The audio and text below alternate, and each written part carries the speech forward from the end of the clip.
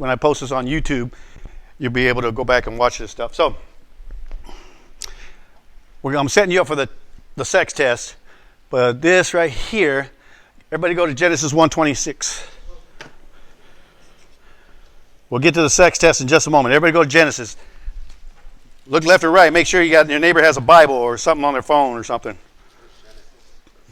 First book in your Bible, people.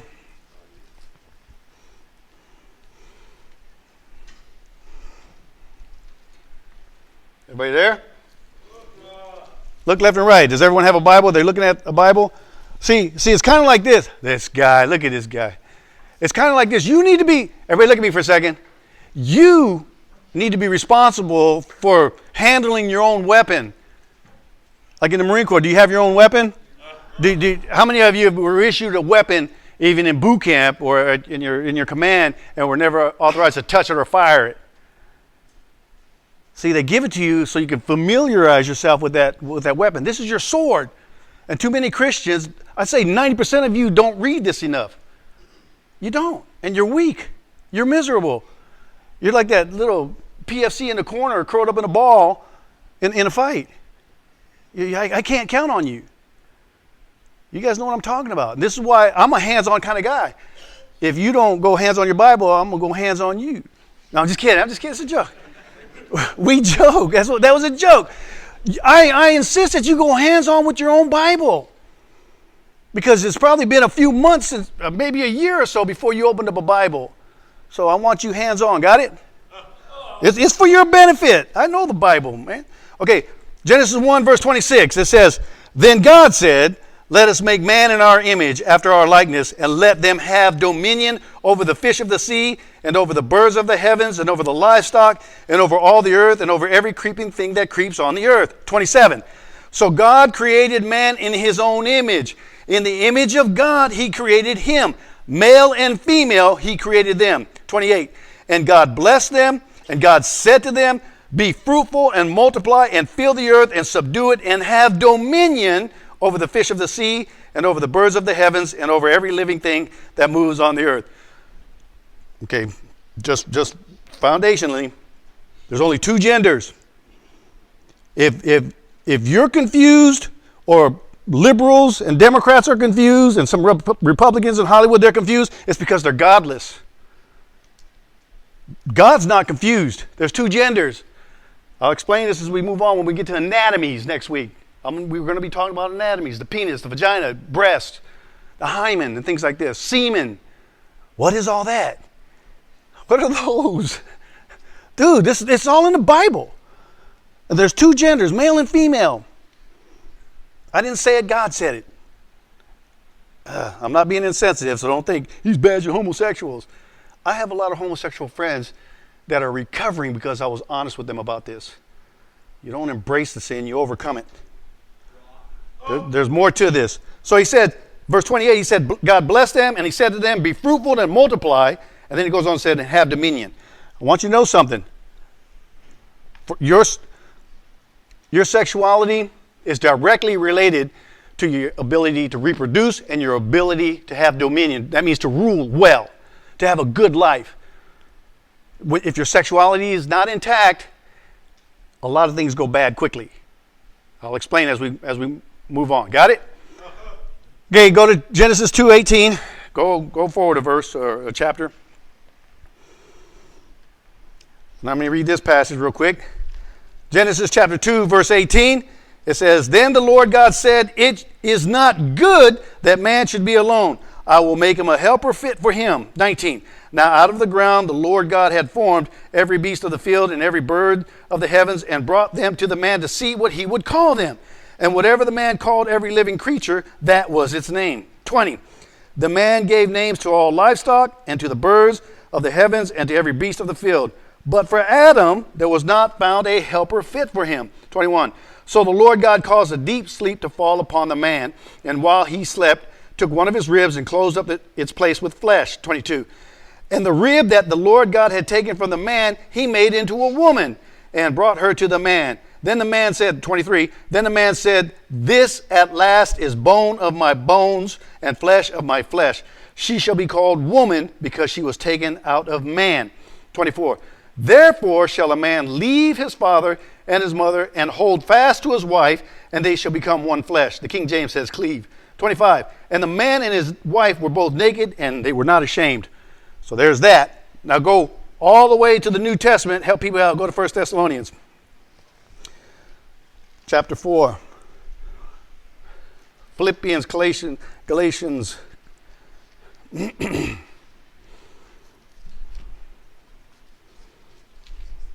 If you're in, I said Thessalonians, so it's Corinthians, Galatians, Ephesians, Philippians, Colossians, and then all the T's are together. If you're in Timothy, go back a book. Get your neighbor in there, help us out so we can speed this up. This is very important. This is a very important scripture right here. Everybody there? Okay. Verse 3. I'm reading First Thessalonians chapter 4, verses 3 and 4. And it says, hang on. It's all in the back. What does that say? Acts, Thessalonians. Go back. Thank you. You got it? Chapter 4, verses 3 and 4. You good? Everybody else good? Help them out. Help them out. Dude, if you guys are sitting around them, help them out. We got to get this thing rolling. Give me a thumbs up if you're good in the back. Okay, you guys are good. You guys good? DC. I don't even know your name. I just know DC. All right, so verse 3, it says, for this is the will of God, your sanctification, that you abstain from sexual immorality. Verse 4, that you, each one of you, know how to control his own body in holiness and honor. It's telling you right now, everybody look at me. This is the will of God, that you would possess your own body in sanctification and honor. That you would not, you'd be in control and possess your own body. It doesn't matter what it is. I mean, you have to have discipline over your flesh. There's a lot of things that you're called to do you don't feel like doing. You don't want to do it. Read your Bible. Go to formation. Pray. Go to church. Go to work. You just don't want to do it. But things still have to be done. You got to do it. Where fornication is involved, he's saying you have to overcome this thing because your dominion, your ability to reproduce and dominate on this earth is directly tied to your sex. I'll explain as we go on. Watch this. Go all the way back to Deuteronomy. It's at the beginning of the Bible. And then we're going to take off from here. It's the 5th book of the Bible. A lot of people are shocked. They're like, that's in the Bible? Yep.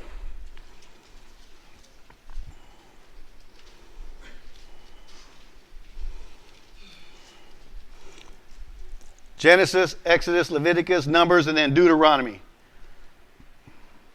This is all foundational text, okay?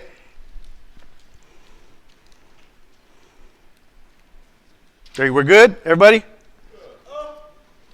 Okay, Deuteronomy chapter 23, verses 1 and 2.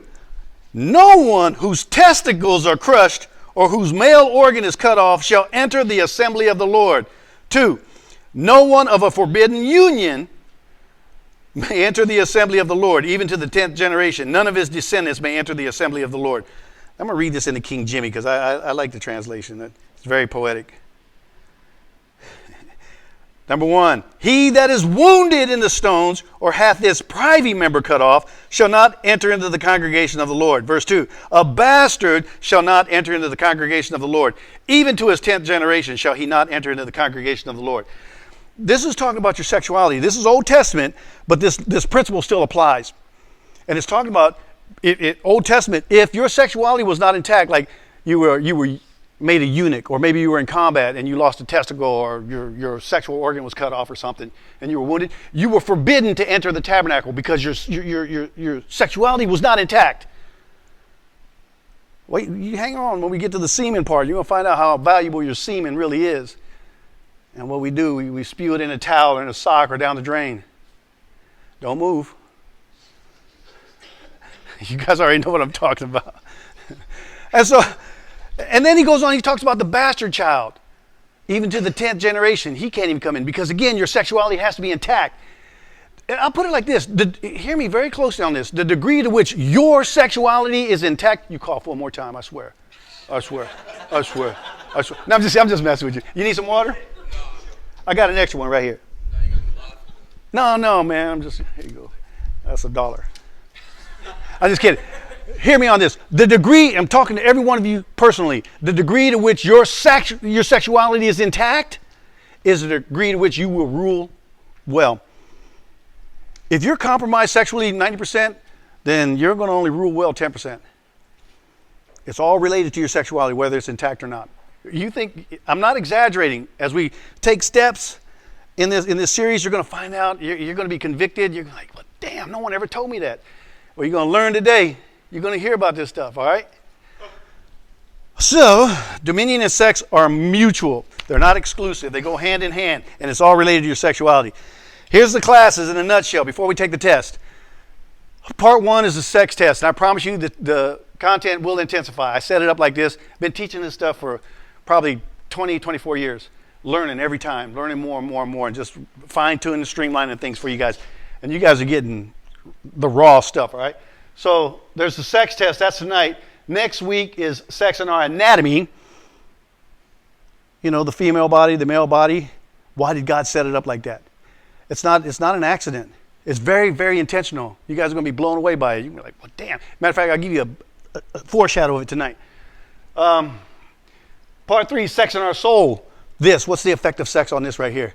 This, I promise you, this is probably the most important class I ever teach out of everything I teach. Because this determines everything right here. Whatever you think up here is what you become. What you think about God, what you think about yourself, what you think about sex, what you think about women, what you think about men, whatever's going on up here, what you think about the Marine Corps, whatever's going on up here is how you live your life. How much of this actually corresponds and lines up with the Word of God? Anybody got this thing figured out? Then, sex and our spirit. When we get to this one, it's a little scary because if it's not godly sex, it's sinful sex. Now we're talking about demons. And I said all sex marries you. What? You're going to talk about demons? Yep. And then the last question, the last class is sex and our restoration. Everyone's always asking, I'm convicted. They were convicted right here and here, but then they want to know this, but we got to wait till we get to this. How do I get it right? How do I get forgiveness? How do I forgive myself? Healing, restoration. How does all this get fixed? And so, you ready? Okay, we're going to take the sex test. And again, those of you who know some of the answers, chill. All right, so to begin with, this is Samson and Delilah. You remember Delilah? You remember how he had supernatural strength, and the secret of his strength was his hair. And he was called to be a judge and a deliverer of Israel. But dude, you read about Samson, he was a playboy. He's everywhere. He had, all them area codes covered. He was everywhere. And it was Delilah who brought him down. She tricked him. You read the story in Judges 16. She tricked him and found out the secret of his strength, and she betrayed him. Now, the reason why I'm even bringing Delilah up here is because where sex is concerned, we've all messed it up.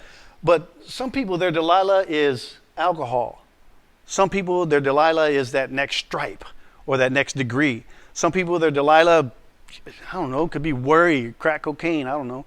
But everyone has a Delilah. It's like kryptonite to Superman. Yeah? Okay, sex test. Here we go. 16 questions. Let's see how you do. Number 1, what do you know about sex? Teach me. Now, watch this. I'm going to give you some help here. Let's say I'm 14 years old. I'm a freshman in high school, and I'm in love. And I have a 14-year-old girlfriend, and we really love each other.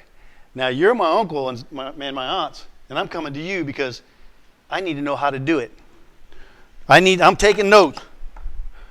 What do I need to know? I'm getting ready to have sex. What do I need to know? You hear this? He said, wear a condom. Boom, wear a condom. Thank you, Unc. What? You had your hand up. Best advice. Come on. I said sex is an action between man and woman that's between the bonds of marriage. Yes. It can be used only for procreation. Not only for procreation, and then after it's So you're telling me to get my 14-year-old girl pregnant? First of all, I don't think you should be dating that young. Wait. Say that again. You shouldn't be dating that young. I shouldn't be dating that. Yeah. Emotionally or spiritually mature enough. Wait. Did you have sex early on? No. You didn't? Well, then why am I even talking to you then? I need somebody who's been here. And I'm role playing with you guys, but I have people like this, and I'm talking about folks I know, and they give bad advice. They just do. Even, I'll come back to this in a second. What's your best advice? Come on, do you have experience with sex? Well, you say, yeah. You have experience with sex. Well, what do I need to know? Because we're going to do this thing. Come on, give me your best advice. Stop messing around. Dude, you guys mess with this guy with the mustache. He's looking all perv. What do I do? I'm just messing. Your mustache is working for you. What best advice? He's a handsome guy. Go see, listen to everybody. They're like, I ain't saying nothing. Back in the corner. Best advice. Do you know this already? See, God, lay down. What does that mean? And he's kind of role playing with me right now. But laying down a pipe. I'm gonna write that down. Lay down a pipe. What does that mean? Because I'm 14. I've never done this, and neither has she. But we love each other. We're going to do it. What does that mean?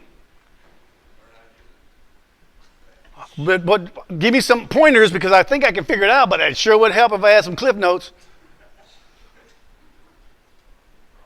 Okay, wait. Who's the guy right there going like this? Best advice. Don't do what you see in porn. Don't do what? Don't do what you see in porn. Don't do what you see in porn. So it's okay as long as I don't use porn. Anybody else? Consent? Consent. It is consensual. She wants to. Matter of fact, what we're going to do, because I've heard some NCIS agents talk about this. We had a SAPR conference years ago, and they came out. The SAPR started. I did a 5-hour seminar with Kadena security forces. And the first 15 minutes was CID, NCIS. And they came out and they said, for the record, all of you, even if you had a notary public right there just before you achieved penetration and you got it notarized and it was consent and it was all legal binding document, as soon as she says no, it's over. You could still get in trouble. And he was coming from the law side telling you, you still get in trouble. So even consent can change like that and get you in trouble. Anybody else have any ideas? Because we've heard, what were you going to say? But come on, you guys have experience with sex. And none of you are telling me how to do it.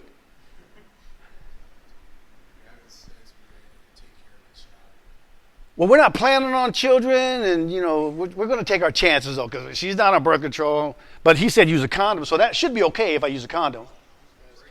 Is that the best advice you got? Best advice, guys. Back in the back. Best advice. This is the first question. You guys are waffling already. Dude, big one. That's a good. Make sure the parents are at home. Now, wait. I forgot to tell you. Total disclosure. This 14-year-old is your daughter. Now, you said, wait, when you're not home, I can have sex with your daughter as long as you're not home. And you said just I can have sex with your daughter, just don't use porn. And that's okay with you. And wait. No, you said use a condom. Huh? Make sure I wear a condom so I don't impregnate your daughter. It's okay for me to have sex with your daughter. She's 14 also.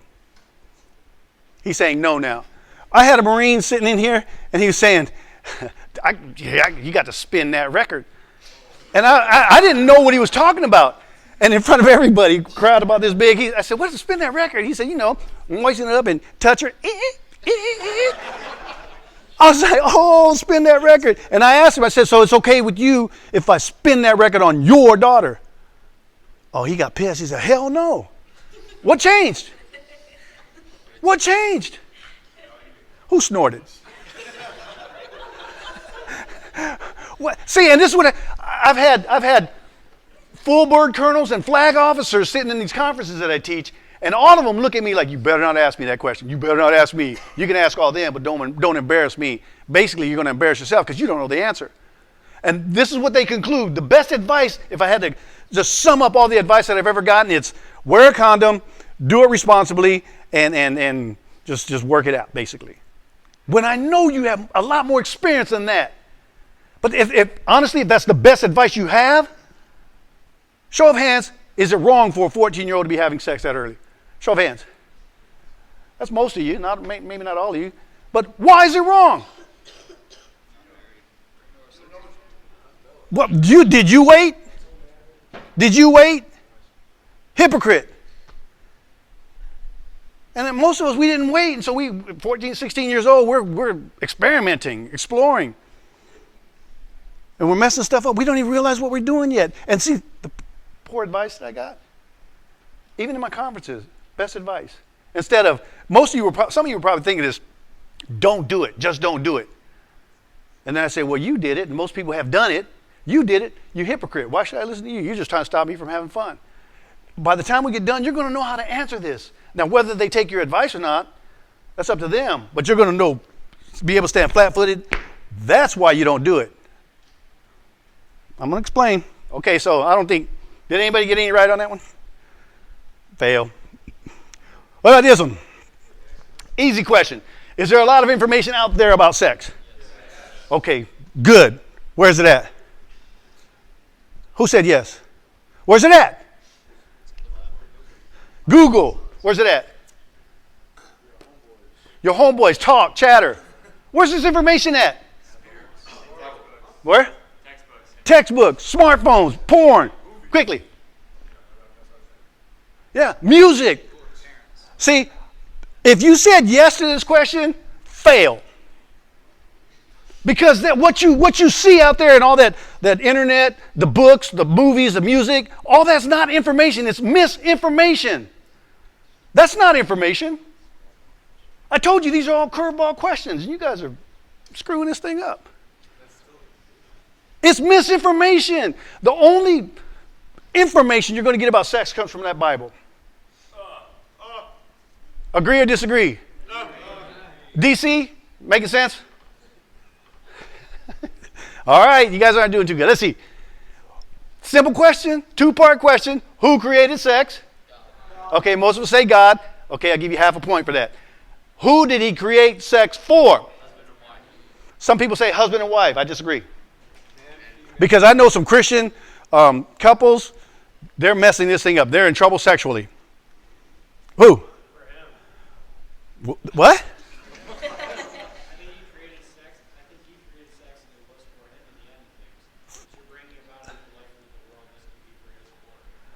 Okay, so I should have all the sex I want for his glory. I'm trying to hear you, man. When you get married? No, that's not, no, I disagree. It's not, because there's a lot of people that are married, Christians and non-Christians, that are miserable. That's not it. Who is sex? God created sex, we agree. Who did he create sex for? David? That's a why, that's not who. It's kind of, for the earth, that what? That's a function, that's a why. Let's get into the why. Last one. Huh? For the flesh? No. It's a physical act, but it's more than a physical act. I'll explain that in just a second. Some people will say God created, okay, you just want a generic answer. He created sex for humankind and animal kind. And that's not it either. Because do animals have sex? They do. Do humans have sex? And by the way, you in here, you're not an animal. We're not animals. Some of you need to hear this. You hang around. I might touch on this today, but you're not an animal. You're mankind. All that other, them critters, that's animal kind. Got it? Okay, so getting back to this point, this is who God created sex for. And hear me very closely on this. God created sex, and he created sex for people who know him. Why do I say that? Because if you don't really know God and you're participating in sex, even though you're married, you're playing around with something that you don't fully understand. Only God, the Creator, is qualified to tell you the purpose of sex. And if you don't know God, you're figuring some things out, but is it of God? No. Not necessarily. Go ahead. So where the Christians that that mess it up? Yeah. They're married. Where are they messing up? Oh, ask it again loud so they can hear you in the back. It's a good question. The people that he's mentioned earlier that are messing up, they're married, they're Christians. Where are they messing up? Okay. He's asking about Christians. Where do Christians mess up sex? Because they're supposed to be Christians. They're supposed to be loving the Lord, and it should be kumbaya. It's not. Because these same Christians, what they did, first of all, they may have premarital sex. That's bad. Then they got married anyway, like me. I'll explain that in great detail shortly. And the other thing is, I have Christian friends who have admitted, and these are pastors and chaplains, who've admitted, and it is what it is, that when they're having sex with their wife, they're laying on top of their wife and they have a porn magazine on the pillow right next to her head. Good or bad? Bad. Oh, you got bad. It's bad, but this is why they're messing it up. And then they wonder, well, can I do this? Can I do that? What can I do in sex? I'll get to that question too. What's permissible in sex? Making sense? So basically, the more you understand God, the more and we're going to be talking about God and what his intent was. This is called divine design for sex. Divine design for sex. What was he thinking when he created the male penis that way, the female vagina that way, as opposed to the male vagina, I guess. That was kind of stupid. That was kind of stupid. Okay. Yeah, you got half a point. What about this one? Generally speaking, do guys really like girls? Now listen, most guys immediately say yes. I promise you it's a no. It's a flat out no. Where's the proof? Guys do not like girls. I'm not talking about you got homosexual same-sex attraction tendencies. That's not what I'm saying. Overwhelmingly, guys do not like girls.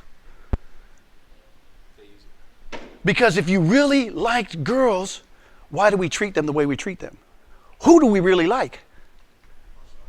Thank you, David. We like ourselves, which is why we use girls, because I have a need. I'm horny. Oh, me so horny. And so we use her because I have a need. It's not about her. It's about me. Makes sense? Agree or disagree? If you disagree with me, raise your hand right now. It's okay. Guys, overwhelmingly, porn. Why do we watch porn? We don't care about girls. That ain't about the girl. I'm not falling in love with this porn actress. I'm falling in love with me. I love me. And this is why we use girls. Dude, I've done this frequently. I think one of the last times I did it a few years ago, we had a mom. She had a son who was a senior in high school. He was dating a girl that was a year older than him, but they were having sex, right? And so she knew we were having a sex series. So she drove him from Foster up here, dropped him off, and I told her I'd take him back down to Foster because I live in that area. And so they sat in here the first night, went over the sex test, and I know the guys, the young couple, and I knew they were having sex. And so we packed up, we're getting ready to leave, and so the three of us are in my van. You guys are going to think I'm mean, but I don't care. We were in my van, and I have to drive, so I get behind the wheel. And Pimp wants to get in the back with her because all three of us can't sit up front. So he starts to climb in the back with her. I said, no, player, no, get up here. You sit next to me. And so he's already pissed about that. And then we're driving down 329, and I said, so you guys love each other? He said, yeah, we love each other. I'm looking in the rearview mirror. She said, yeah, we love each other. I said, really? I understand you guys already have sex, so I guess you love each other. And I said, do you really love each other? Because if you do, let's put this to the test right here, right now. I'm an ordained minister. I have the authority to pull over right now and marry you guys right now. I've done it so often that I know to ask the girl first. And so I'm looking in the rearview mirror, and I said, okay, what do you say, young lady? If I pulled over, we have a little ceremony right there. There's witnesses right there. We can make this thing happen. And she's in the back seat every single time. The girls go, yeah, I would, yeah. And then I asked the young man, should I pull over? And what does he say? All these guys, he's like, I'm still in high school, and, I got to go to college and money and, no, we can't get married yet. And she starts crying every time. She's in tears in the back seat. And I'm not even concerned about him anymore. I'm concerned about the young lady. And I ask her, because I got to drive this point home. Do you see what he just did? He said he loves you, but let's test his level of understanding of love. What did he just tell her? What did he just communicate to her? He said, I'll have sex with you, but I won't marry you. That's your understanding of love? Every single time. I have this conversation so many times. I'll have sex. He's defining his level of commitment towards her right there. And this is what most guys do. I'll have sex with you. But marriage, it ain't that serious. Sex is serious. You hear how quiet it is? It gets quiet. All right. Some of you got this, so I'll give you half a point on that one too. Some of you guys know this. What are your thoughts about a threesome? Don't answer this if you know it. What are your thoughts about a threesome? Do you know this? You ever thought about a threesome? Yeah. What kind of threesome? What if I told you the Bible supports a threesome? Right? Brittany, what if I told you the Bible supports a threesome? Father, Son, Holy Ghost? What? That's just weird. That's just weird. Have you heard this before? Because the Bible supports a threesome. What are your thoughts?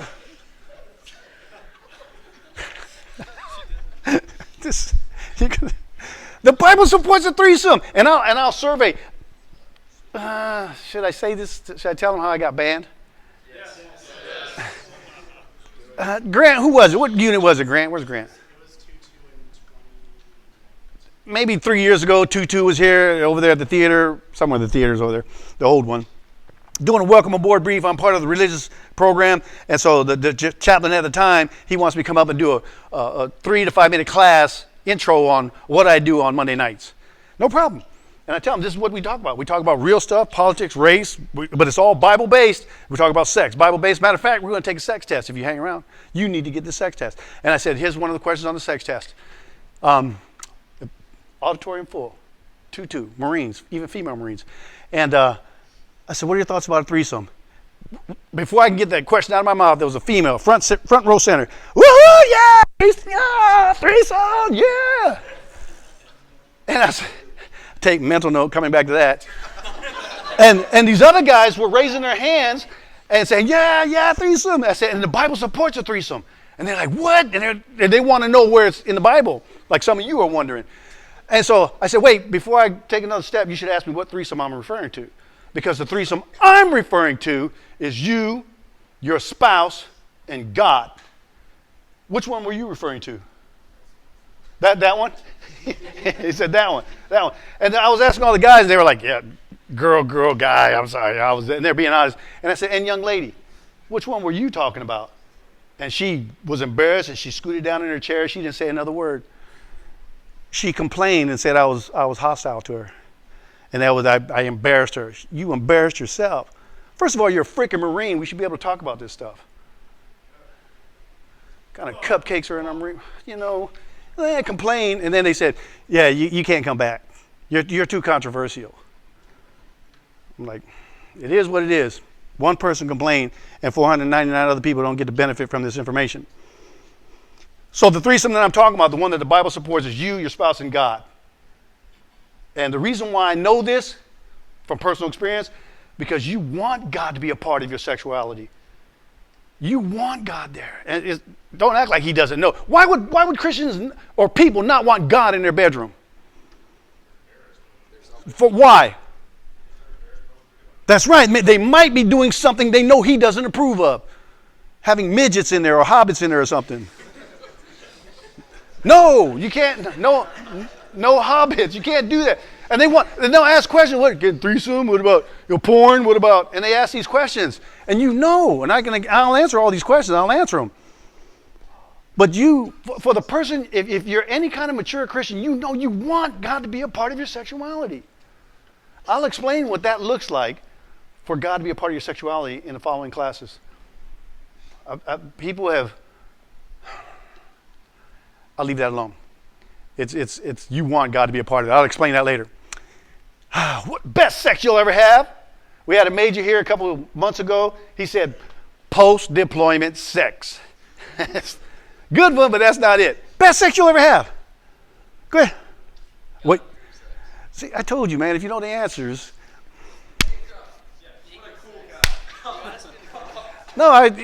So the bottom line here, what kind of answers do I usually get? He's exactly right. I'll explain this in a second. Some people say makeup sex. Some people say virgin sex. Go ahead. Anniversary sex. Some people say makeup sex, but anniversary sex. Some people even said honeymoon sex, when we climax together sex. And they come up with all these different reasons or what the best sex they'll ever have is. Bottom line, none of that's true. The best sex you'll ever have is guilt-free sex. Guilt-free. Because if it's guilt-free, it's God-approved. It's God-approved. So basically that's it. God-approved sex. Well, it goes right into the next question. Think about this. What percentage of your sexual history is God-approved? How many felt that? Well, 3 people. When you ask this question and you're honest with yourself, I didn't even think about asking God about his approval about this. And if we're honest and we say 0%, that means all my sexual activity is sinful, which means consequences. And see, we don't talk about the consequences. I do. Well, we're going to get into the consequences. I'm going to connect enough dots for you to see, and you're going to know, damn, that's why I do what I do. This stuff is so easy. I'm not the sharpest tool in the shed. This stuff is easy. We went over some of this on Saturday night, and what happens, and I brought this up, I don't even know how we got here.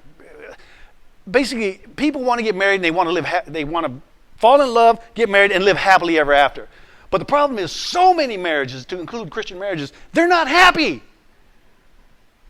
And I tell you, and the bottom line, just to fast forward, the reason why they're not happy is because they're not planting happily ever after seeds in their marriage.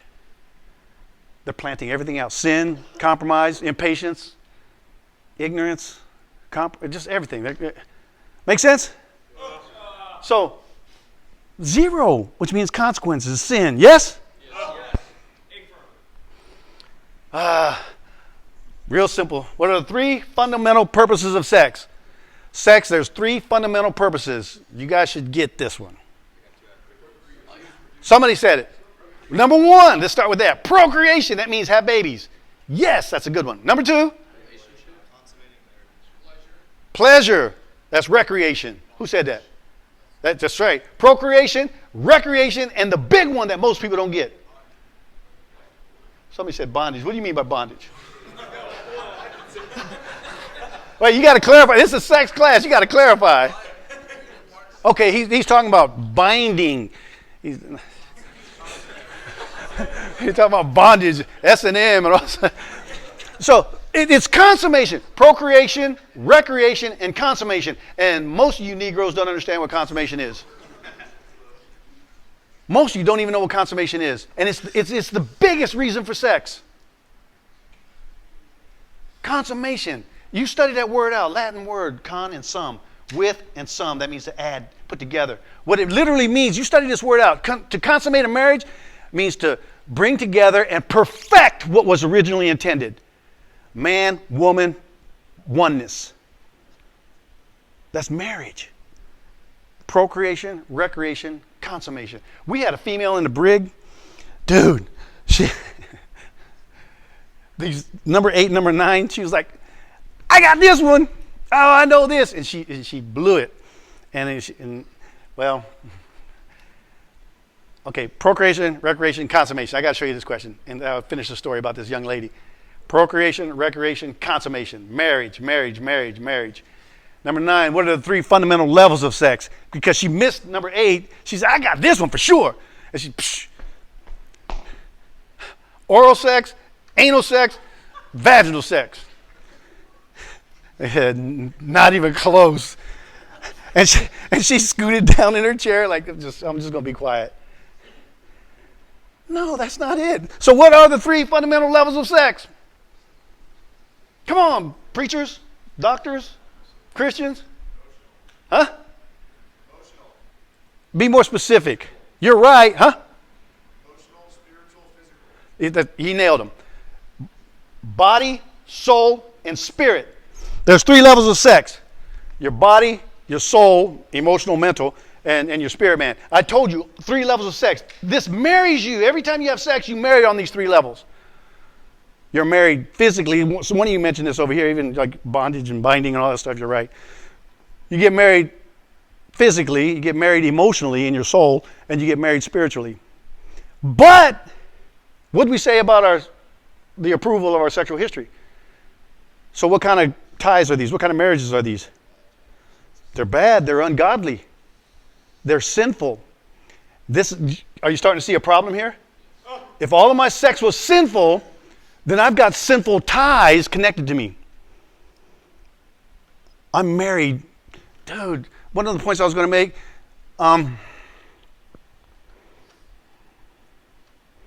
because of this question right here, percentage of sexual history got approved, this is the thing I know.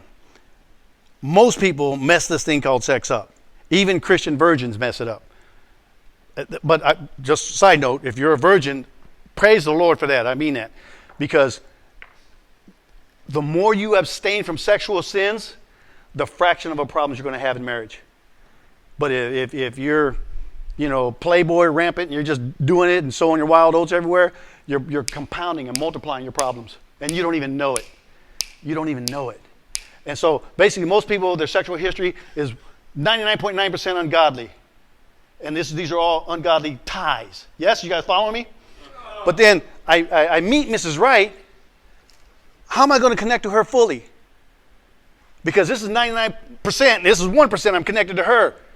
Something has to happen. I'll explain this in part 3. There has to be a trans connection. You have to destroy and divorce from all this crap and connect to her. So now I'm down to 80% connected. I'm 20% here. Now I chopped it all the way down. Now I'm only 30% connected, 70% connected to her. And then I get rid of all this sin in my life, and in restoration, I'm 100% connected to her. That's good sex right there. Because it's guilt-free. It's God approved. This is in the Bible. God looks at a couple making love in the Bible and he says, drink deeply and enjoy. I created that for you. He says, you smack it up, flip it, rub it down. Oh no.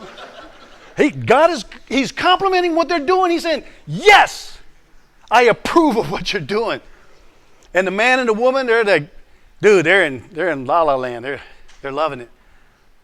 Because of the presence of God. Making sense? Okay, the 3 fundamental levels, body, soul, and spirit. Got it? Adultery. What is adultery? Huh? Born? Porn could be adultery. What is adultery? Define it. So he says cheating on your wife. If I had to sum it up, is it okay to say sex outside of your marriage? Okay. Now, that's not it though. That's one form of adultery. But in a greater sense, thank you. Say it. Just lusting with your eyes. Raise your hand in here if you've never lusted after another person. No, hi, seriously, I mean it. Nice and high. Nice and high. So we're all guilty. We've lusted after someone else. That's called adultery. What did Jesus say about that? You've already committed sin in your heart. Right there, you've committed sin. You're an adulterer. And so the thing is, dude, it's like,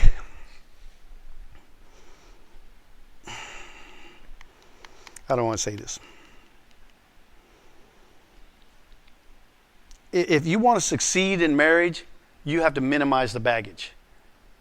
And it starts right now. I know many of us are immersed in porn and masturbation habits and stuff like this and past sexual partners. I get all that. But there has to be a place of repentance. There has to be a place of humility that you come to and let God restore you and change you. I'll show you how this happens very quickly. All right, with your porn addictions. I know many of you have prayed to stop masturbating and it's not working for you. One of the things I ask you, if you hang around and you get close enough to me, I'll ask you frequently how your cowboys are doing. That's code for when's the last time you masturbated. Some of you guys, first time I saw you, did I ask you that? Raise your hand. Oh, it's a lot more than that. It's usually everybody I ask. Some of you I don't have time, I haven't met you yet. But I will ask you, it's important for me to know when's the last time you masturbated. Why? Why? Because if you're masturbating, then what you're doing, you're undisciplined. And this is where this dominion and ruling well comes in at.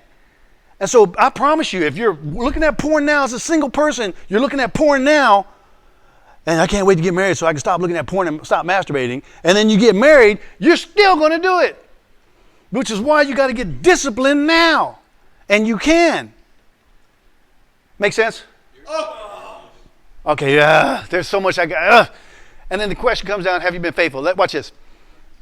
Show of hands, singles, quickly. Put your hands up. Singles. Okay, put your hands down. When I asked the question, how many of you committed adultery in your mind? Raise your hand if you never did that. Raise your hand if you never. So all of us are guilty of that. Do you know what that tells me? For you singles, that tells me that you have not even met your future wife and you're already unfaithful to her. You've already committed adultery. You're not even married legally, physically yet. Too much? No. Make sense? Sir? What do you mean? How do you discern between Mrs. Right and some girl you're just like, Right? Good question. Anybody got an answer?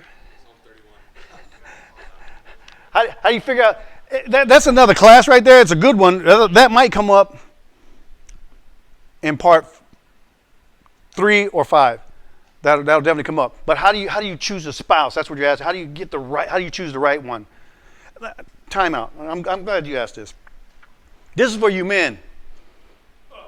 All you men in here, whether you're married, young, or old, I promise you, you're an idiot. I promise you, you're stupid. You just don't know how stupid you are. I'm 60. I'll be 61 in a couple of months, and I know I'm stupid. And when I make it to 61, I look back at 60 and say, "Man, Nick, you were stupid." I know. And the older I get, the more I learn, the more I realize how much I actually don't know. And so I'm telling you in a loving way, you're a moron. You are. The reason why I'm setting you up for this is because I can't tell you how many young men, in the spirit of what he's asking, how do I pick Mrs. Right? I'll ask them this question. They said, I want to pick Mrs. Right, and we're going to get married. I said, why do you want to get married? What's your role as a husband? That's what I asked him. What's your role as a husband? And every single time, what does the man say? You guys probably say it right here. Say it. Every single time the young man says, spiritual leader of the house. You're an idiot. You know how I know this? I mean, it looks good on paper, but you know how I know you're an idiot? Because then I'll say, talk to me about your prayer life. Talk to me about your Bible study time. Show me your works. And then how dare you claim to be a spiritual leader when you don't even know where the heaven you're going? I had an agnostic right out there at the church, right, walking this right out in town. The guy was walking by and I said, "Hey, when's the last time you've been to church?" He said, "I don't go to church." I said, "You hate God. Why do you hate God?" And we were in a conversation right there. And he says he's an agnostic, and he was Corman. I want to say he's 3'6". And so you see this guy, you tell him I'm talking about him. But he said he's agnostic, and he said that he wants to get married sometime, and he doesn't know the purpose of life and stuff like this. You know, is unable to know. And I said, "And you're going to make a girl miserable." He said, "How can you say that about me? You just met me." I said, "You don't even know the purpose of life. Why would you drag a woman into your purposelessness?" And he was like, huh. See, you haven't given this much thought. The difference between me and you is a lot of time. A lot of time. It's like it's almost like the difference between that boot PFC and that sergeant major. A lot of time. Make sense? All right, here we go. What does husband mean? Simple question. If you know this, what's a husband mean? You know this, Alex.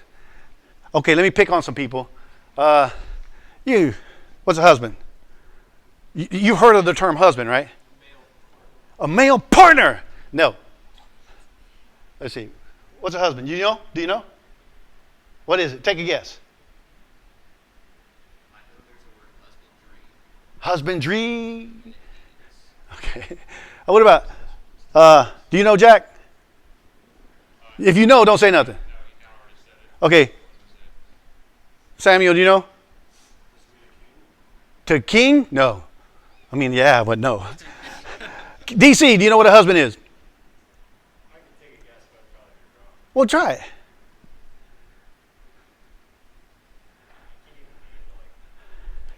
Okay.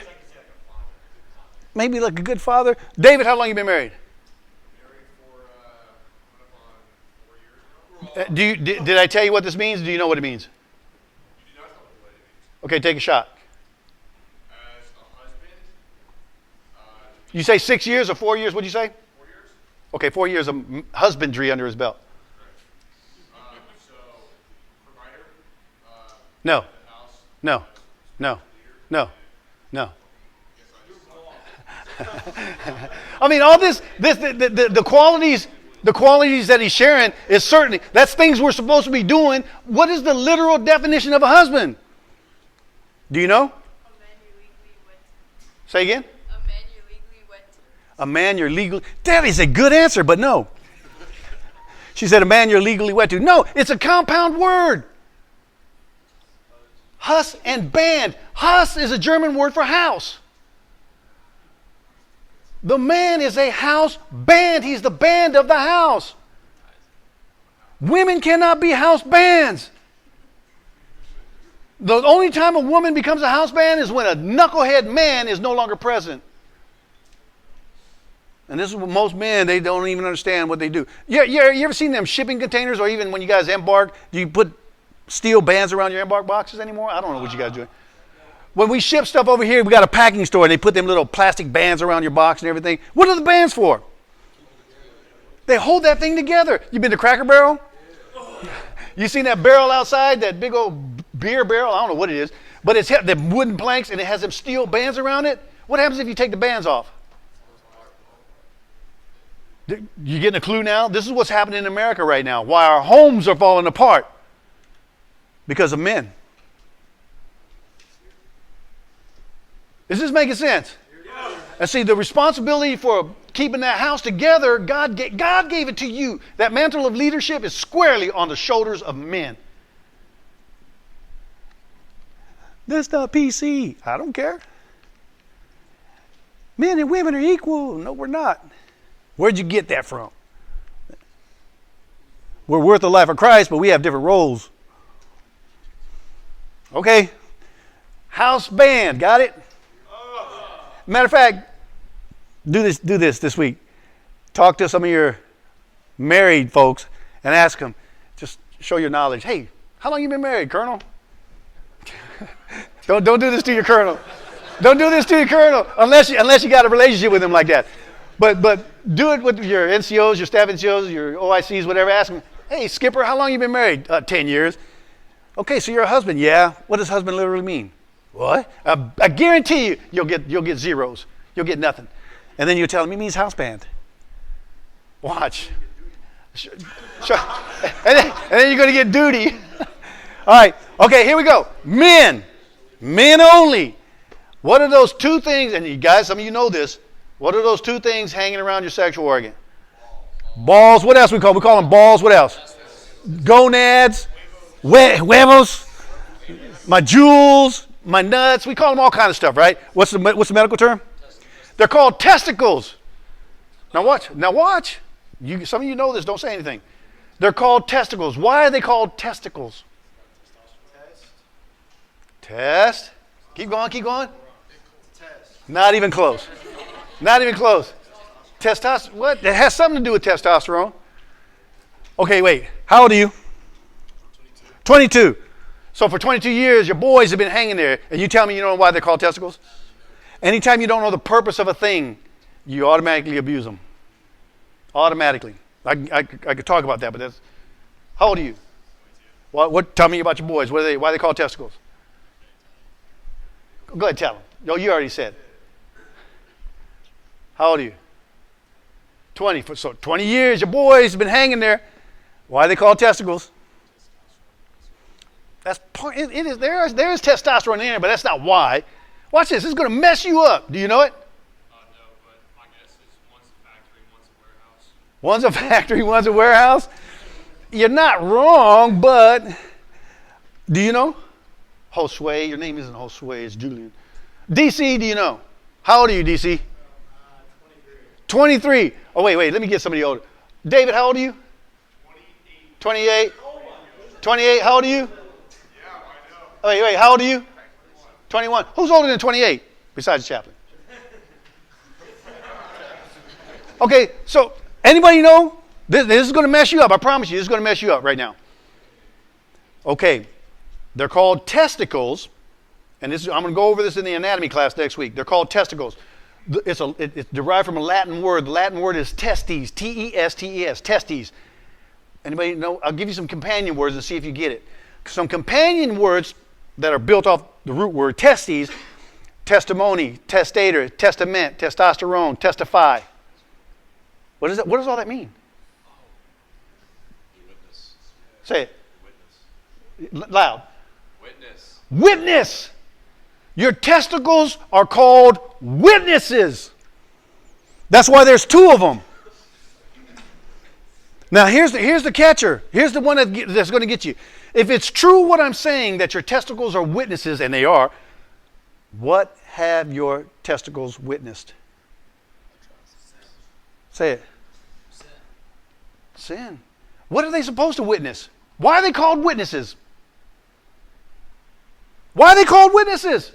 Who came up with that idea? What perv did that? You know why they're called witnesses? Because whoever called them witnesses understood that act of sex actually marries you. And you need witnesses to see a marriage. You know, in a courthouse or in Las Vegas or in the church, you have to have witnesses sign your certificate. They get that. That's symbolic of sex. So basically, the people up there signing that, they're your testicles. They're your witnesses. They're your witnesses. And what's supposed to happen, your testicles are supposed to bear witness to that sacred act of sex which marries you. The problem is, what have my testicles witnessed over all these years?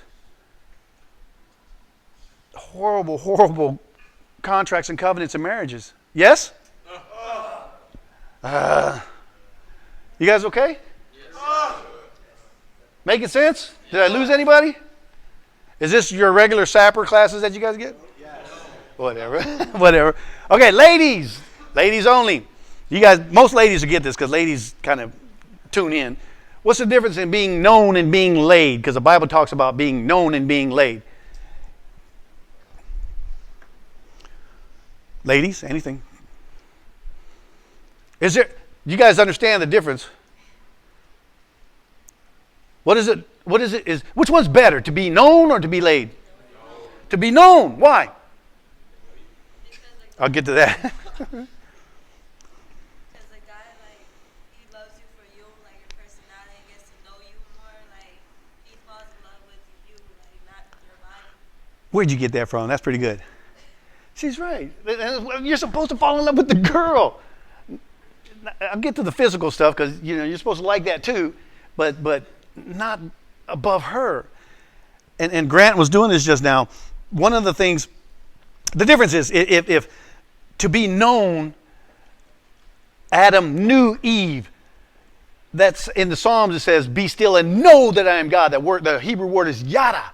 Yada. It means innermost, intimate, deep. And so to be known is like very personal, very intimate. And it's the same word that we can know God by. Right? It's very, very intimate. To be laid, like Judah lay with Tamar, it's if you study this Hebrew word out, it's actually animalistic. It's like doggy style. Now I'm saying something here. This is one of the reasons why. This is just one reason why we're not animals. Another reason, because we are the only species. What I'm talking about right here, right now, between being known and being laid, is the ability to mate face to face. We're the only species created by God with the ability to mate face to face. And some of you right now are going through your memory Rolodex trying to figure out, have I seen animals? And I'm sure I've seen some chickens, and so it does happen, but that's an anomaly. That's an accident. There are no animals on this planet that have the ability to mate face to face. We're not an animal. This was a gift from God. That level of intimacy face to face comes straight from God. Now, for the record, that's okay. We'll get to that. What's permissible in sex? That just Sam's over there giggling. One of the things, if you study this out, and I'll get to some of this later on, but if you study this out, there's kaleo in the Greek. Kaleo means to call. And like, what's your first name? Jamari. I'm like, Jamari. What's up? Jamari. And it's casual. It's just the name. It's very informal. And it's likened to like calling a pet. It's just Jamari. It's just a name. But what happens when I go like this? Jamari, what's up? What's up? What's happening? Chill. How you doing? That mustache is working for you. What's happening? What's happening? Is it? What happens when you get face to face? It's a lot more intimate, a lot more personal. You guys know this. Like in an elevator, if you're a nutcase and the doors are right here and somebody's standing next to you, if you're that person that and looks at the something's wrong with you. Normally, most people, the door's shut and you don't know the guy. And you're avoiding face to face. What's up? Yeah. How about them bears? Yeah. You're not even talking to them. You avoid. I do this at stoplights. I don't know if anybody else does this, but if I'm pulling up, there's a car there at the stoplight, and I'm pulling up, I will get behind him or in front of him. I don't want to look at him, and I don't want him looking at me. So if you're driving me around, don't do it.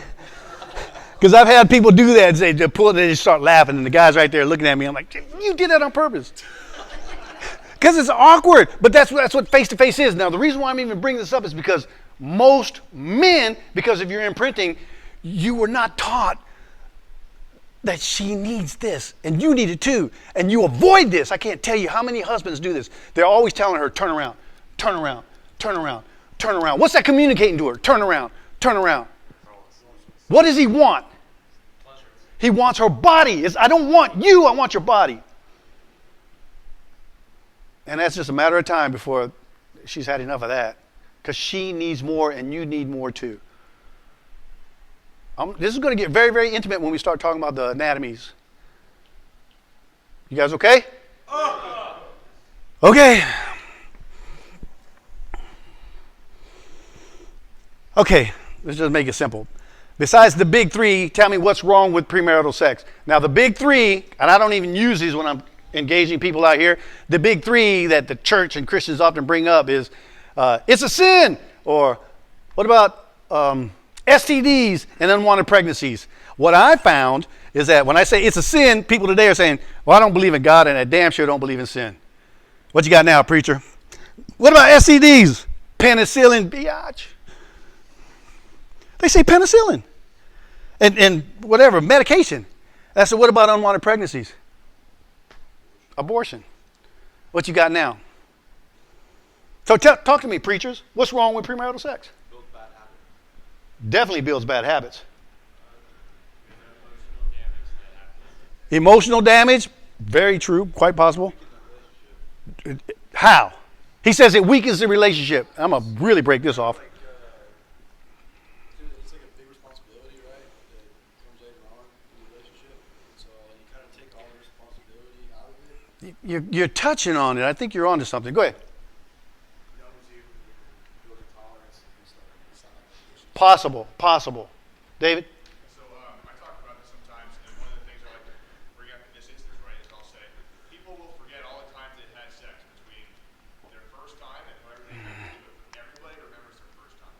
And the truth of the matter is because that time right there imprints you, kind of the way that you say it. And if you damage that and you harm the way that that affects your mind and your soul, then it won't receive it the same way when you have the same person for the rest of your life. Yeah, and it can damage you. It sets you up. It really does. It sets the pattern, the tone. Grant, you were going to say? Like,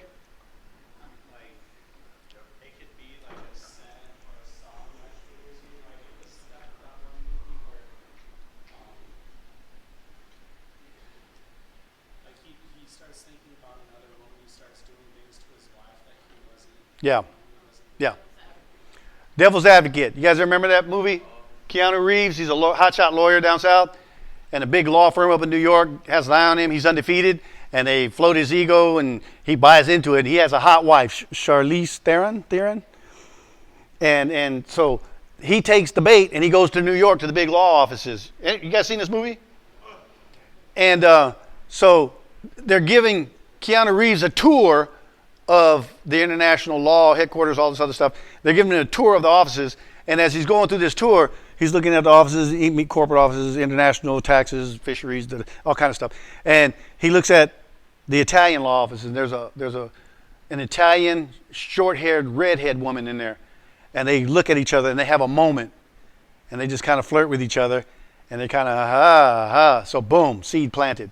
He goes home that night, and he's with the blonde, his wife, Charlize Theron, and he closes his eyes while they're having sex. He closes his eyes, then he opens his eyes, and he's in fantasy land. He sees himself laying on top of the redhead, and he starts doing things with this redhead. I mean, he's twisting her ankles, licking her toes. He's doing all kinds of stuff. There's a lot of skin in this movie, which is I'll never show it, but there's some good points in there too. But anyway, as he's going to town doing things different that he's never done with his blonde wife before, his blonde wife brings him back into reality. She actually grabs him and shakes him and says, "Where were you just now? You were not with me." And the moment's gone, man. It's just done. Because his mind went somewhere else. And this is what guys do. So we have to be careful about this pollution up here, and how do I get this right? Now, one of the things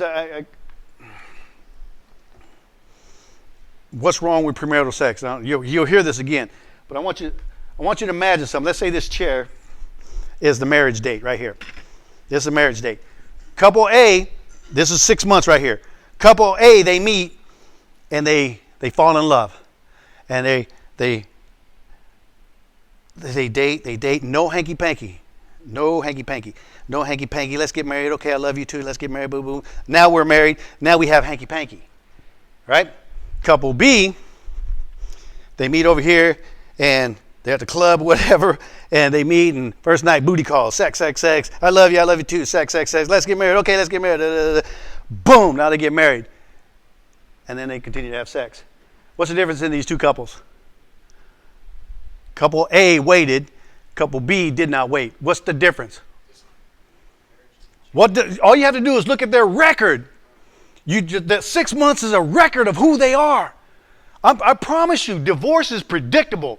Like you asked a question about how do I find out Mrs. Right? If I was going to, since I'm here now, I'll answer some of your question. You look at your track record as an individual and as a couple. Divorce is predictable. So if I'm honestly counseling a couple, have you guys been having premarital sex? Well, yeah. Okay, what do you know about this couple right now? They're impatient. Impatient. Give me more. They're on commitment to each other. No, I wouldn't say that. They're definitely undisciplined, impatient, ignorant, and that's their character. And so now, just because they get married, the same thing with masturbation, nothing changes. You're still impatient, you're still undisciplined, and you're married now, though. And now you go TAD or TDY, and you sleep around. It's not surprising. It's very predictable. And you get a divorce because of an extramarital affair. And that's why I said the people that wait, they have a fraction of the problems than those who don't wait. Because couple A, what does this record, 6 month record, prove about them? They can be trusted. They were patient. They were obedient. They honored each other. They can be trusted. So now when he goes on a business trip, does she trust him? Yes. Yeah, because she's already proven he can be trusted. And she's more likely to trust him. This guy, the guy B, can he be trusted? You know, the principle here is all pleasure costs. For legitimate pleasure, couple A, you pay for the pleasure first. That 6 months, they paid for the pleasure with discipline, with patience, with understanding, with prayer, with obedience and honoring each other. They paid up front for the pleasure. This was legitimate. Now they're authorized to have this sex because they earned it. They paid for it first. Yes? Yes. Couple B, all pleasure costs. For legitimate pleasure, you pay first. And for illegitimate pleasure, you're going to pay later. You got the pleasure first. Couple B, hanky-panky, hanky-panky, hanky-panky. Now they're married. Oh, now you're going to pay for it. How do you pay for it? Why is it a bad marriage? I already said it. Lack of trust, undisciplined. The statistics don't lie when they talk about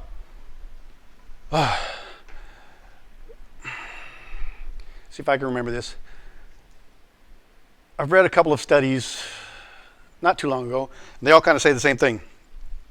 That it's estimated that 50% of all marriages in America end in divorce. Let's just run with that for a second. That's debatable, but let's just say 50%. What they found out, if they studied that 50% that got divorced, that 50%, it was like 95% of them got divorced for what reason? No, stop. You guys missed the connection. It was premarital sex, which means there was an extramarital affair that happened in there, which means they got a divorce. Do you see what just happened here? Those people who got divorced, the number one reason they got divorced, that big group of 50%, the reason why they got a divorce was because of extramarital affair. And then they found out, they did another study in that people who, how many of you had premarital sex? And it was like 80, 90% of them had premarital sex. So does that make sense? I mean, it's a record. If you're honest with yourself, whatever you're doing with your sexuality is who you are. Is what you are. Don't kid yourself. We had a Marine from Recon years ago, Pretty Ricky. He went UA, got caught a couple of times and got thrown in the brig. And dude was tall, halfway decent looking, but his name was Ricky. And he's like, he's always coming there. It looked like he was half drunk in the brig, but he wasn't drunk. And he'd just be sitting there and say, so when are you going to straighten up? Because you're talking about these booty calls and going to Thailand and all this other stuff. When are you going to straighten up? And he said, when I meet Mrs. Right. And the other inmates all threw up the BS flag and said, yeah, whatever, you're full of crap. And I asked him, I said, well, who's Mrs. Right? And he said, somebody like Jessica Alba. I said, okay, Jessica Alba. I said, so if you met Jessica Alba and you guys got engaged, you would straighten up. He said, yeah. And then Sandy called him out and said, you haven't even met Jessica Alba yet and you're already cheating on her. It's true, because this is who you are. It's a record of who you are. Stop being in denial about this. Examine and be honest about your record and say, yeah, this is what I am. This is what I'm doing. And it doesn't change just because you get married. It's part of your character. You examine it now and get it out of your character now. Got it? Okay, let me finish this up. What's your sexuality worth? What's your sexuality worth? I got to wrap this up. Everyone will say, oh, it's priceless. It's priceless. Give me a break. Go ahead, DC. Go ahead, throw it out there. It's worth your soul. You can make a case for that, because your soul is payment for sin. But what's your sexuality worth right here, right now? Every one of you will say priceless. It's priceless. If you say it's priceless, and you're telling me you don't sin sexually because you know it's priceless. You know the value. If you knew the value of something, you don't treat it cheaply. But I promise you, all of us have treated our sexuality cheaply. Years ago, I was sitting at this mall in California, and Sandy and the ladies were all shopping, and me and my missionary friends were sitting there on this bench, and this lady came running up to us, or she was sitting there, and I got to talking to her. She's like 35 years old. Brunette, Hispanic lady. Got to talking about her, or to her, and she says, she's telling us that she just recently got saved like a year ago, and that she went on a mountain retreat, and up in the mountains, she OD'd on drugs. And she said they threw her in the ambulance, and she was coming down the mountain, and she said the Spirit of God came in the back of that ambulance, and the Spirit of God showed me my worth. And she said, when I fully understood my worth as to what God said my worth was, it changed everything. She said, I stopped using drugs. I went and started going to church. I got baptized. I'm being discipled. And she said, I got on fire for the things of God. And she was talking about the last year, the transformation that occurred to her and how much she loved the Lord. And then she went into, she said, I dropped out of high school because of premarital sex, early teen pregnancy. So she was a dropout. She said, I have 3 daughters. My oldest daughter dropped out of high school, teen pregnancy. My second daughter dropped out of high school, teen pregnancy. My last daughter is a freshman in high school, and she just started dating a senior. What's the writing on the wall? A teen pregnancy dropout. And she was crying. She said, I'm just praying and begging, Lord, just let one of my daughters make it through high school. And I promise you, right about that time, her daughter was a brunette. She came walking up to me, walking up to us, we were sitting there, and she had a brunette, blonde friend with her. And she's walking up, and she has something in her hand. And my first words to her, what's that in your hand? She said, it's a cell phone.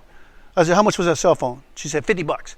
I said, I'll give you $1 for that cell phone right now. She said, no. $2, no. $3, no. $4, no. $5, final offer, take it or leave it. She said, no, I'm not giving you my cell phone. I said, why will you not sell that to me for $5? It's worth more than $5. And I said, how much is your sexuality worth? And she's like, what? What? And she didn't understand. I said, how much is your sexuality worth? She said, I don't know. And I said, how is it that you know the value of that stupid cell phone and you guard it and you're not going to sell it for less than what it's worth, but you don't know the value of your sexuality? And she was like, wow. And the mom was like blown away, crying. And I said, I'll tell you what it's worth.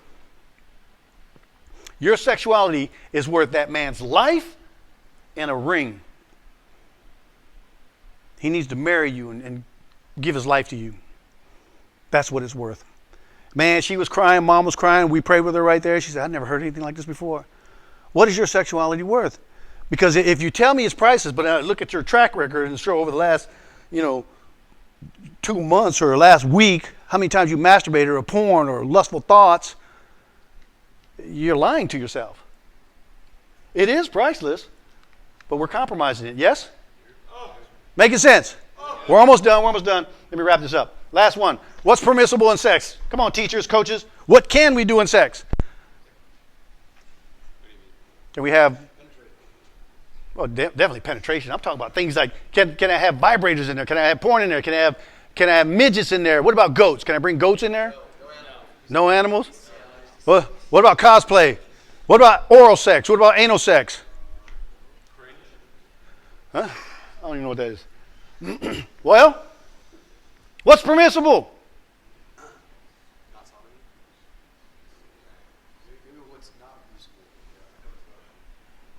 I want to know what is permissible. See, I'm not going to answer this tonight, but that question can be answered very, very definitively. And you'll get it from me. I'll tell you exactly what it's for. All right? What was it? No, I'll tell you next week. Okay, so let's do this. Let's go ahead and stand up.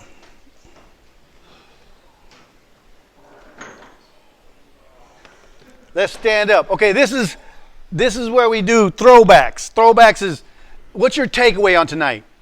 Because you got some of the questions right, but you missed most of them. Can we agree on that?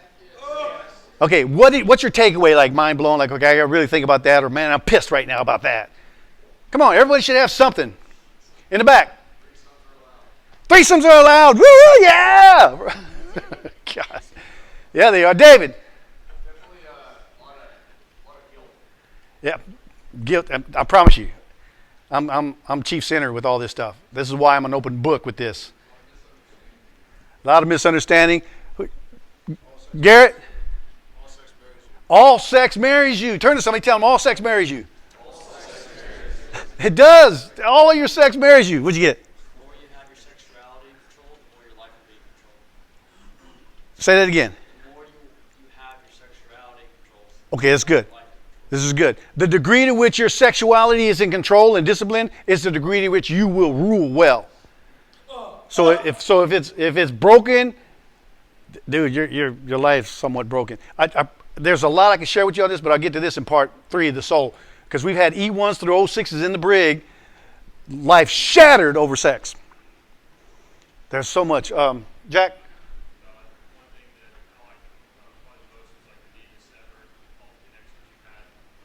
Yeah, all of us. This is all of us. Bad connections sexually. You have to divorce. And how do I do this? Get away from that. Because if I want to connect to her fully and only her, it's possible, but you're going to need Christ. Ladies, what'd you get? Brittany, this is your first time meeting you. Did you get anything tonight? Did it make sense? Was I lying? Brittany, was I lying? Are you in shock? Good. What'd you get? This is your first time here. I probably won't meet my husband in the Marine Corps. You probably won't what? She says, she said she probably won't meet her husband in the Marine Corps. Not necessarily. I get that because Marines, we play hard. We work hard, play hard. I get that. But I was a Marine when I got married.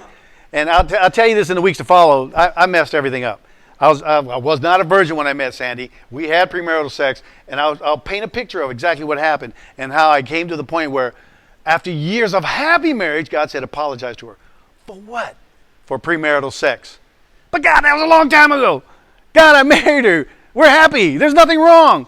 And God said, I still apologize to her. I'll explain in the weeks to follow. It's very, very healthy. Very humbling, too. All right, who else? Who else? Sir. I'm becoming even more protective over my little sisters now. Right? Be protective over them. Your sisters, your family. Sam. I like the thing you said about the spiritual leader, and I was like, oh yeah, man's supposed to be a spiritual leader. I was like, are you actually doing anything to be a spiritual leader? Yeah. Why should she follow you? You don't even know where you're going. I'm talking to most Christian men right now. Isaac, what'd you get tonight? Huh? You say it. Your testicles are witnesses. How many of you were shocked by that? Like, I didn't know that. Show of hands. How many? They are. They're called testicles. That root word testes means to witness, which means testify, testament, testimony, testator. That means there's a witness. Dudes, there's two of them. And there's a reason why they're there, because they witnessed the marriage. I mean, that's why they're not right here. Or right there. Because they're supposed to witness the sex, the marriage. Jamari, what'd you get?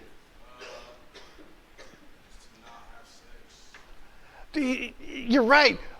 Say it again. He's right. Not to have sex till marriage. And you're actually, if you do that, you're like, I don't know if I could do that. If you do, I promise you, you're going to be happily married. A lot, much more than sleeping around as much as you can before you get married.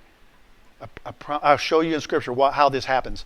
Grant, what'd you get? I was going to say, if it's God approved, then it's definitely guilt free, like no shames involved whatsoever. But if He blesses you, you know you're doing something. Yeah. Best sex you'll ever have. Guilt free because it's God approved.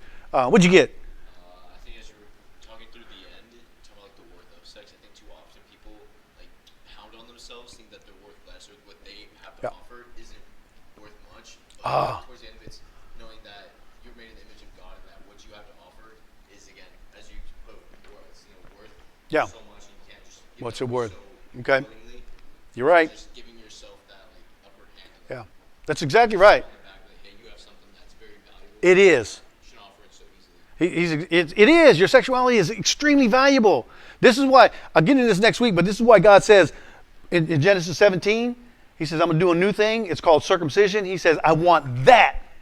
And He's talking to Abram. He's talking about his penis. He said, dedicate your penis to me, circumcision. Dedicate that to me. He didn't say, I want your heart, your eyes, your hand, your brain, your soul. He didn't want any of that. He said, I want that. We're going to do a new thing. If I can get control of that, we can control you. This is huge. I'll get into this next week, okay? What'd you get? Pretty much along the same lines, but it's also, I lost my train of thought, but it's pretty much just along the same. Okay, if it comes back to you, get a couple more. What'd you get? So you got me with the first part of the tourist into our heart. So Oh, yeah. Your heart. That's your heart. That's good. what she does, you just reminded your eyes about it. Yeah. Help us, Lord. Help us, Lord. Yeah. Chaps, anything?